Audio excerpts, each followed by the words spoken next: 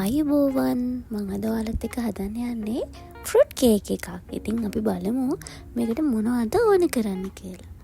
මං ඔක්කොම කිලෝ එකක් වෙන්න ග්‍රෑම් 250 තමයි අරගෙන තියෙන්නේ. මුලින්ම බටර් ග්‍රෑම් 250ක් සීනි ග්‍රෑම් 250ක් එක්ක අපි මේක බීට් කරගන්න. මේක හොඳට බීට් වෙලා ඉවර වෙනකොට අර සීනි වල කැටගතිය නැති වෙලා හොඳට බීට් වුණා කියලා තේරෙනකොට අපි මේකට එක බිත්තරේ ගාන එකතු කරන්න ඕන. ග්‍රෑම් 250ක් වෙන්න තමයි මට බිත්තර 5ක් ගියා. අපි වැනිලා තේ හැඳි එකකුත් එකතු කරගන්න ඕනේ. මේ අතරේ මම ඔයාලට කියන්නම් ෆෘට් කේක් එකයි බටර් කේක් එකයි හරියටම එක සමානව තමයි හදාගන්නේ. මම බටර් කේක් එකට අදාළ ඉන්ග්‍රීඩියන්ට්ස්ම තමයි මෙතන අරගෙන තියෙන්නේ. වෙනසකට තියෙන්නේ මම ඩ්‍රයි ෆෘට් ගත්ත එක විතරයි. මම ඩ්‍රයි ෆෘට් වලට ගත්තේ ඩේට්ස් ගත්තා, කැෂු ගත්තා, මුද්‍රස් පළම් ගත්තා. ඊට අමතරව ඕගලන්ට ටුටි ෆෘටි ගන්න පුළුවන්. මම ගත්තේ ඒ ටික විතරයි. ඒ ටික මුලින්ම අපි චූටි කෑලි වලට එක හා සමාන චූටි කෑලි වලට කපාගෙන ඒකට අපි එකතු කරගන්න ඕනේ පාන් පිටි පොඩ්ඩක්. පාන් පිටි වල තවරලා තියලා තමයි අපි අන්තිමට කේක් එකට එකතු කරන්නේ. මම ඒක ඔයාලට අන්තිමට පෙන්නන්න. දැන් අපි මේක හොඳට බීට් කරගෙන පිටි ටික එකතු කරගන්න ඕනේ.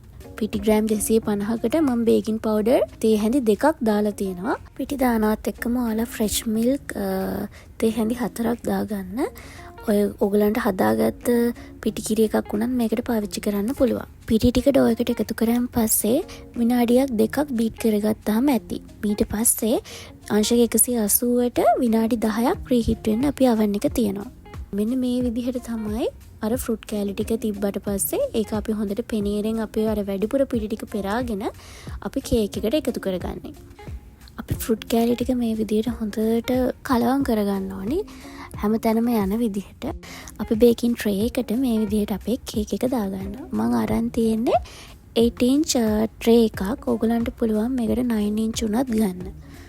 මෙන්න මේ විදිහට හොඳට කේක් එක දාලා ඊට පස්සේ අපි මේක හොඳට නීට් කරගෙන අපි බේක් වෙන්න තියෙනවා. මට බේක් කරගන්න සෙල්සියස් අංශක 180ට විනාඩි 35ක් ගියා. ලස්සනට කේක් එක ඇවිල්ලා තියෙනවා. මේ කේක් එක හරිම සොෆ්ට්.